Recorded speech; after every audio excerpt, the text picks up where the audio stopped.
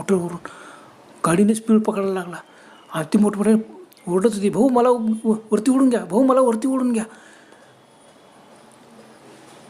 आता दिनकर म्हणाला, ताई ताई गाडी पकडू नको, खालीच राहा येऊ नको गाडी तुला पकडता येणार नाही, गाडी सुरू होऊन गेलेली, पकडू नको. पण देवदास म्हणतो, अरे असं कसं काय, गाडीचं स्पीड कमी, तिला पकडून घेऊ आपण, वरती ओढून घेऊ.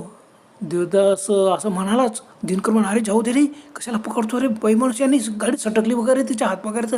तेवढ्यामध्ये त्या बाईने काय केलं, डायरेक्ट जे पायऱ्या असतात ना, त्या पायऱ्या एकदम पकडल्या आणि एकदम वरती आली एक पाय ठेवून. हो बापरे.